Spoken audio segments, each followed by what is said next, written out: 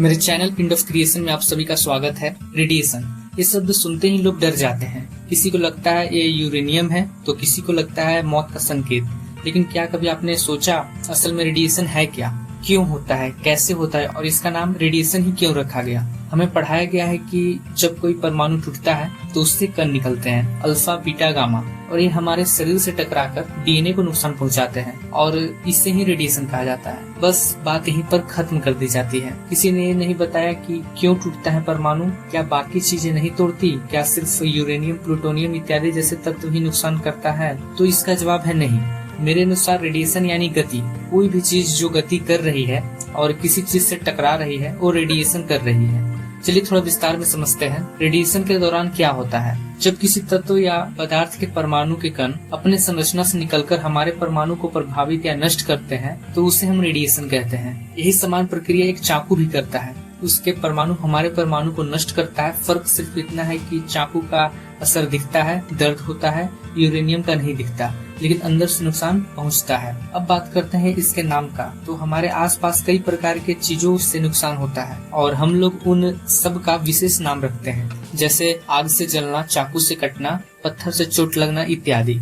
चूंकि रेडिएशन एक ऐसा चीज है जो नुकसान पहुंचाता है और पता भी नहीं चलता, इसलिए रेडिएशन प्रक्रिया करने वाले तत्व के आसपास रेडियो एक्टिव लिखा जाता है ताकि डर बना रहे, कोई उसके पास ना जाए, अन्यथा अंजाम के लिए तैयार रहे।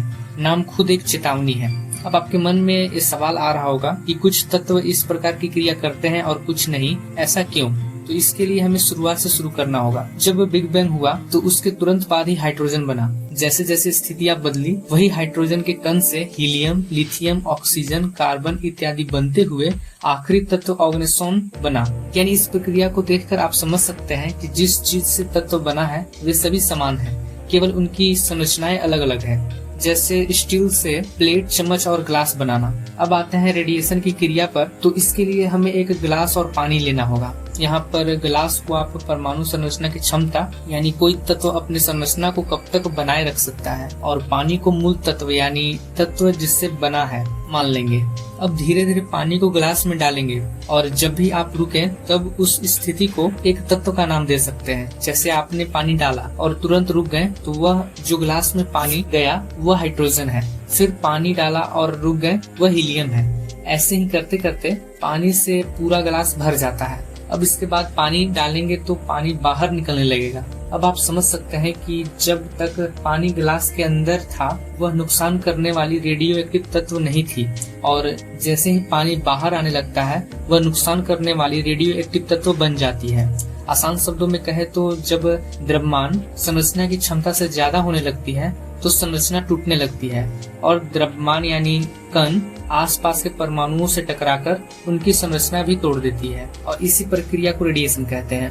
अब आते हैं सबसे जरूरी सवाल पर कि आखिर रेडिएशन या रेडियो एक्टिव तत्व की हमें या प्रकृति की क्या जरूरत है। मतलब इस पूरे ब्रह्मांड में जो भी चीजें हैं वो या तो हमारे या प्रकृति की काम में मदद करती है। चलिए मानते हैं कि रेडियो एक्टिव तत्व हमें ऊर्जा और बम बनाने में मदद करती है, लेकिन प्रकृति ने उसे क्यों बनाया? तो मुझे लगता है कि अगर रेडिएशन या रेडियो एक्टिव तत्व ना हो तो ये पूरा ब्रह्मांड ही नहीं रहेगा। ये सबसे जरूरी चीज है ब्रह्मांड को व्यवस्थित तरीके से चलाने के लिए।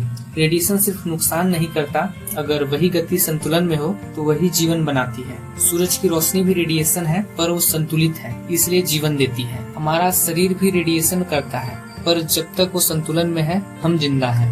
रेडिएशन ना अच्छा है ना बुरा है, वो सिर्फ गति है। फर्क करता है उसका संतुलन। और यहाँ अगर रेडियो एक्टिव तत्व को भी देखें तो ग्रहों को गर्म रखना, तत्वों की उत्पत्ति करना, किसी को नष्ट करना, चक्र को जारी रखना, असंतुलन लाकर नया संतुलन बनाना, ये सभी क्रिया रेडियो एक्टिव तत्व से ही संभव हो पाती है।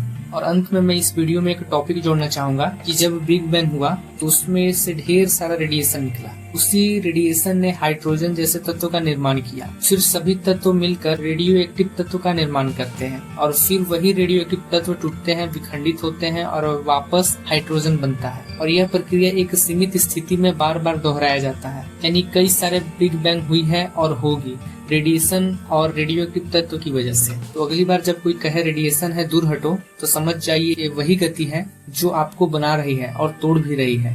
रेडिएशन यानी गति, गति यानी जीवन, जीवन यानी परिवर्तन और परिवर्तन ही है ब्रह्मांड। अगर रेडिएशन ना हो तो कुछ भी ना बचे, ना आप, ना मैं, ना ये ब्रह्मांड। अगर आपको यह वीडियो पसंद आई हो तो लाइक करें, चैनल को सब्सक्राइब करें और अपनी राय कमेंट में जरूर लिखें।